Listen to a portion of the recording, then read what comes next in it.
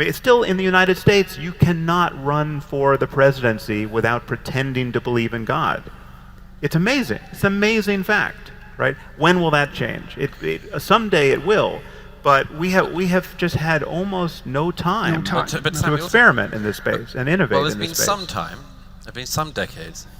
And I suppose the thing that unites Jordan and me on this is if we face some of the problems, some of the enemies, you might even say, that you identify as well, and the question is whether you should face them in the midst of an experiment that may or may not work, i.e. a leap into pure rationality, or whether you might decide it's worth, among other things, taking some of the versions of things that you've had that have been of worth in your past and using them where they're useful.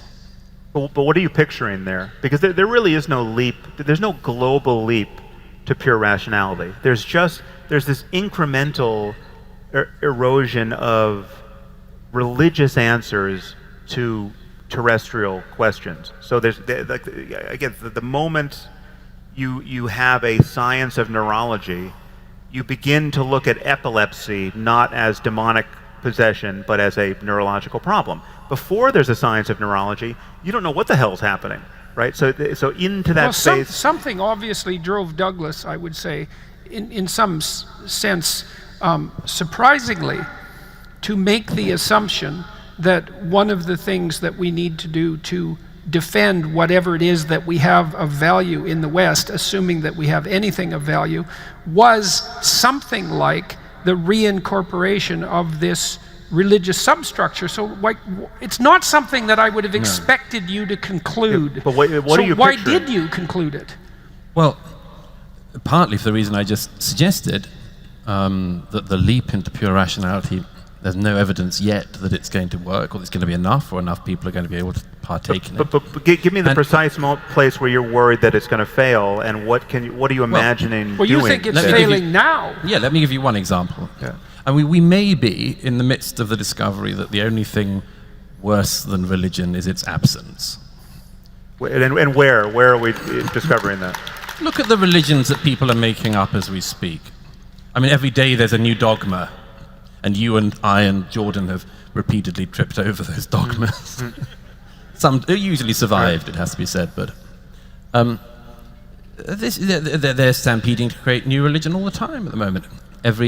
Every new heresy that's invented. And they're not as well thought through as past heresies. They don't always have the bloody repercussions yet, but you can easily foresee a situation in which they do. I mean, a new religion is being created as we speak by a new generation of people who think they are non-ideological, who think they're very rational, who think they're past myth, who think they're past story, who think they're better than any of their ancestors and have never bothered to even study their ancestors. Right. So, but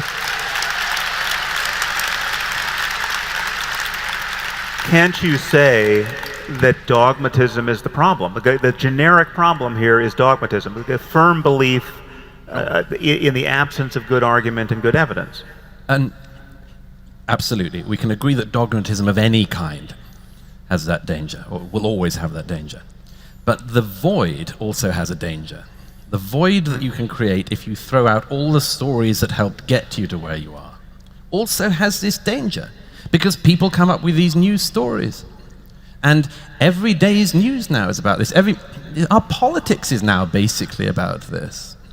I mean, well, actually... Yeah, and what's flown in to fill the gap seems to be something like a new tribalism. Absolutely. Which is exactly what you'd expect in some sense, right? If you demolish the superordinate system, you know, religion divides people, no doubt, but it also unites people. Yes. And so one of the things that arguably unites people above their mere tribalism is their union in an abstract religious superstructure. Yeah. And then if you demolish that, well then one of the things that does seem to happen is the emergence of a reflexive tribalism, because people need a group identity of sorts. And the easiest thing to do seems to be to revert to ethnicity and race and gender and sex, etc., etc. And then we do end up, and have ended up, in this situation that Douglas outlines. And you know, one of the things I think that distinguishes us temperamentally, possibly, maybe because you're a little more on the liberal side and I'm a little more on the conservative side, even temperamentally speaking, is that your fundamental terror is that of fundamentalism, although you also state in The Moral Landscape that you understand the perils of nihilism. And I would say my fundamental terror is that of nihilism, even though I'm sensitive to the catastrophes of fundamentalism. But I don't think you do address the problem of the void sufficiently, because I don't think that you have anything to offer except, and I'm not trying to minimize your offering. You make a case that people should work to alleviate suffering and that we should live in truth, but Jesus, Sam, you can summarize that in 2 sentences.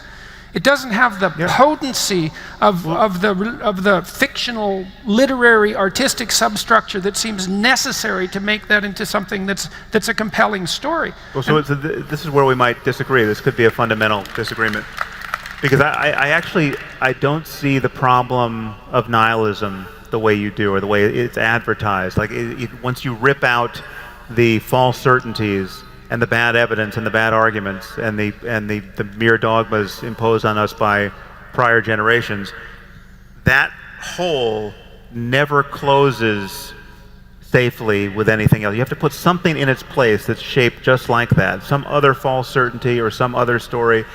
And I simply don't think that's the case. I think there's so many things we outgrow, both individually, in our own childhoods, and culturally, that where there is no void left. There's no Santa Claus-shaped void that we have to fill with the exact same thing. But people certainly experience that. Some people, void. I'm not discounting the fact that it is hard to be happy in this world. I mean, we are living in a world that seems perfectly designed to frustrate our efforts to find permanent happiness. So you asked me, you put me on the spot a while back. But let me just add my answer to this. I just think that there's the recipe for a good life, or at least a minimal recipe for a good life. It's not that this is all that's entailed, but this is certainly necessary, if not sufficient, is to live a life that is increasingly motivated by love and guided by reason.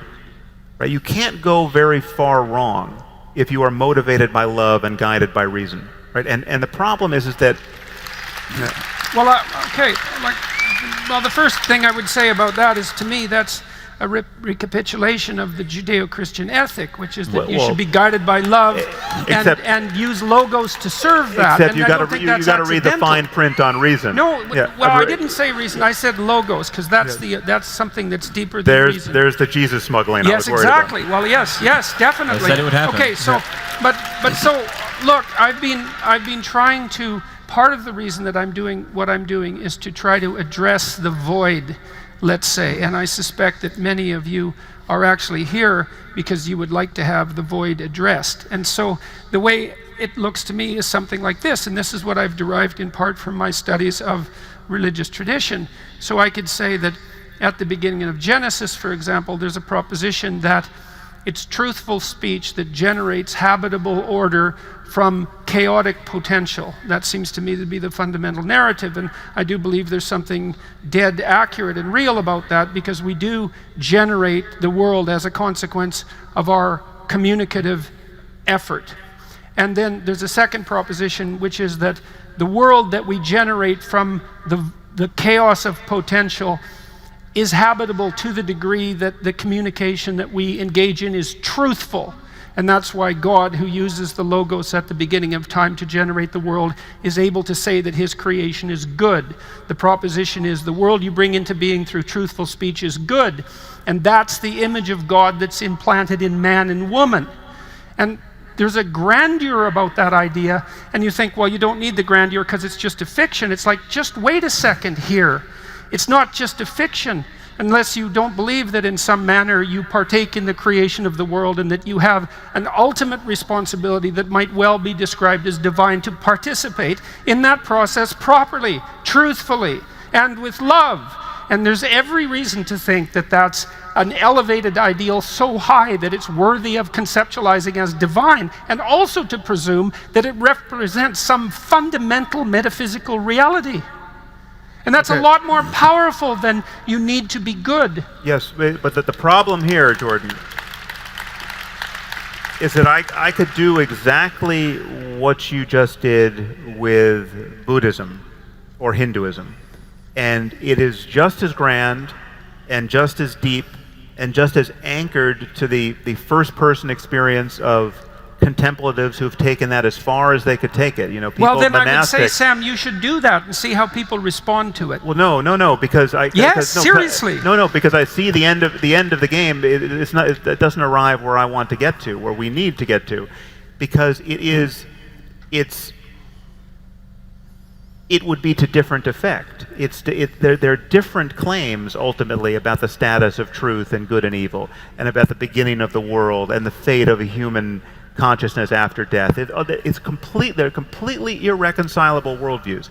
I also don't you cannot think square. If there are Hindus in the audience, they believe something that is totally irreconcilable to what Christians believe. I don't think that you can offer, pardon me, a watered-down version of Buddhism as a consequence of psychedelic experience as a acceptable and credible alternative to the power of the fundamental founding myths of the Western culture. Yeah, and if you think you can, then you should try. I'm trying. Well, I'm not trying that, but that's not what I. Well, first of all, just to get my biography straight, it's not just the psychedelic experience. I know. Yes, and I'm yes. also not making light of the psychedelic experience. Listen, to take this. We're having most of this conversation on the side of wherein it seems reasonable to worry about the fate of civilization, right? We could have started at a very different point with just the nature of consciousness, right? For our first-person encounter with being itself, right? All of us wake up each morning. We are thrust from a condition of deep sleep, which we seem to know nothing about, and we're just got pushed through a veil of dreams into this apparently solid reality that we call the world, and we're engaging one another in this space of just consciousness and its contents, and we're trying to make sense of it. And science is the best language game we play, I would argue, in trying to make truly rigorous sense of it. But it doesn't exhaust all the language games we play. We play others that are also fact-based. We talk about what happened historically before we arrived here. We talk about facts as we can understand them that we just didn't witness, but others did, and we call that journalism, right? So we're trying to have a fact-based discussion. We used to call that journalism. Yes, it's getting harder and harder to discern what's actually going on now. But we are thrust into this condition of being our apparent selves, moment by moment, and we notice the difference between happiness and suffering, right? And this is not merely sensory. It's not merely that I don't like the feeling of a hot stove, and I do like a warm bath. It's ideas, the ways of thinking about ourselves and the world can open the door or close the door to various states of happiness and suffering.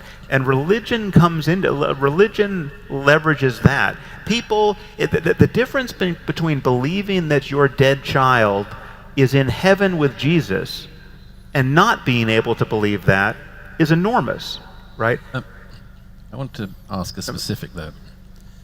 You've expended a certain amount of reputational energy and much more on the jihadists. In your battles, shall we say there, how much allyship, to use a very voguish term, have you found from fellow secular, rational people who want to love and reason like you? Well, that is a leading question, isn't it? I've got fingers if you need more. Yeah. No, your fingers are safe. No, unfortunately, but this is a problem of, I wouldn't ascribe this to, well, the allies you can easily find among deeply religious Christians, say, are there for the wrong reasons, right? I mean, I can find, I can well, go into... not, Are there surely wrong not all reasons of for them. that? Well, no, they're Wrong reasons. They're there for the wrong. Well, they see the problem clearly for the wrong reasons. So, for instance, I meet secular scientist types, anthropologists, say, who are so far from knowing what it's like to believe in revelation that they don't believe anyone else does. Oh. Right? So when you tell them that members of ISIS really believe that if you die in the right circumstances, you get 72 virgins, and Yeah. you're in, surrounded by rivers of milk and honey and all the rest. If you go into the ivory tower, you meet people who don't believe that anyone believes that stuff. But if you go into a mega church, they know people believe that stuff because they believe their own dogmas.